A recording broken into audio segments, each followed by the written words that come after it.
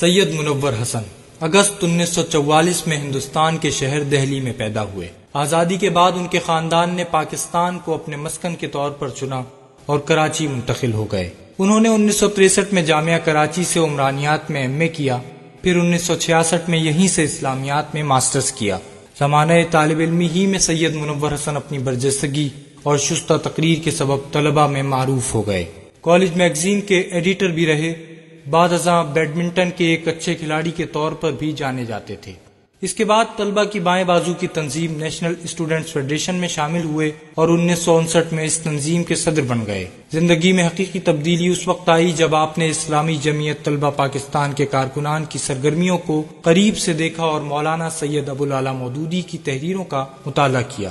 نتیجتاً آپ 1960 میں اسلامی جمعیت طلبہ میں شامل ہو گئے اور جامعہ کراچی یونٹ کے صدر کے طور پر ذمہ داری سنبھالی۔ بعد ازاں آپ مرکزی شورا کے رکن بنا دیے گئے۔ 1964 میں آپ اس کے مرکزی صدر یعنی ناظم اعلیٰ بنے اور مسلسل 3 ٹرمز کے لیے اس عہدے پر کام کرتے رہے۔ ان کے عرصہ نظامت میں جمعیت نے طلبہ مسائل، نظام تعلیم اور تعلیم نسواں کے درپیش مسائل کے سلسلے میں رائے عامہ کو بیدار کرنے کی خاطر کئی مہمات چلائیں۔ 1963 میں اسلامک ریسرچ اکیڈمی کراچی میں معاون کی حیثیت سے شامل ہوئے اور اس کے سیکرٹری جنرل کے عہدے تک ترقی کی۔ ان کی زیر قیادت اس اکیڈمی نے 70 علمی کتابیں شائع کی۔ The creation the universal message کی ادارت کے فرائض بھی سید منور حسن نے انجام دیے۔ سید منور حسن 1967 میں جماعت اسلامی میں شامل ہوئے۔ جماعت اسلامی کراچی کے اسسٹنٹ سیکرٹری جنرل، نائب امیر اور پھر امیر کی حیثیت سے ذمہ داریاں سر انجام دیں۔ جماعت اسلامی پاکستان کی مرکزی مجلس شورا اور مجلس عاملہ کے بھی رکن منتخب ہوئے۔ کئی فورمز پر جماعت اسلامی کی نمائندگی کی، جیسے یونائیٹڈ ڈیموکریٹک فورم اور پاکستان نیشنل الائنس۔ 1977 میں کراچی سے قومی اسمبلی کا الیکشن لڑا اور پاکستان بھر میں سب سے زیادہ ووٹ لے کر اسمبلی کے رکن منتخب ہوئے۔ 1992 میں انہیں جماعت اسلامی پاکستان کا مرکزی اسسٹنٹ سیکرٹری جنرل اور پھر 1993 میں مرکزی سیکرٹری جنرل بنا دیا گیا۔ آپ نے متعدد بین الاقوامی کانفرنسز اور سیمینارز میں شرکت کی، نیز ریاستہائے متحدہ امریکہ، کینیڈا، مشرق وسطی، جنوب مشرق اور جنوب مشرقی ایشیا کے کئی ممالک کے دورے بھی کیے۔ مارچ 2009 میں سید منور حسن جماعت اسلامی پاکستان کے چوتھے امیر منتخب ہوئے۔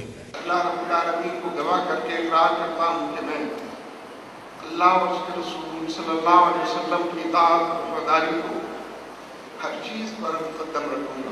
ان سے قبل جماعت اسلامی کے بانی سید ابو العلا مودودی، میاں طفیل محمد اور قاضی حسین احمد جماعت اسلامی کی عمارت کی ذمہ داری نبھا چکے تھے۔ 120 گز کے گھر کا واحد اثاثہ رکھنے والے سید منور حسن جماعت اسلامی کی نظریاتی اساس پر سیاسی سمجھوتہ کرنے پر کبھی آمادہ نہ ہوئے۔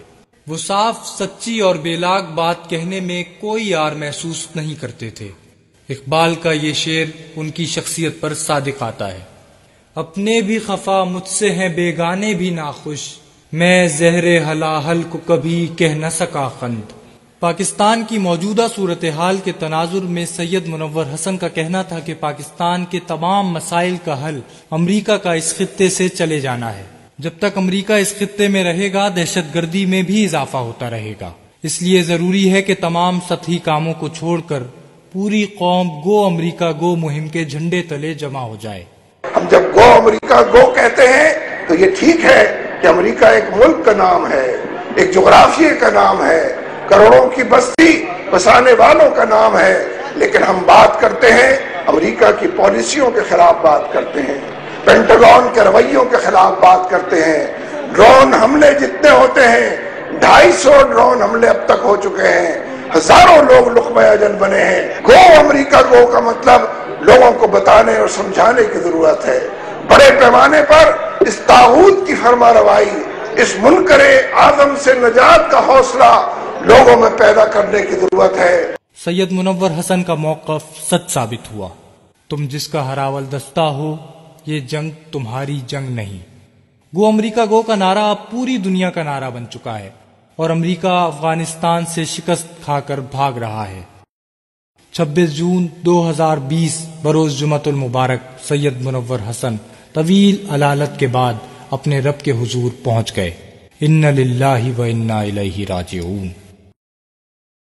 وہ شخص سچائی کا نشاں تھا، وہ شخص صحراؤں میں اذاں تھا، وہ حق کی تصویر تھا مجسم، وہ اپنے وعدے کا پاسباں تھا۔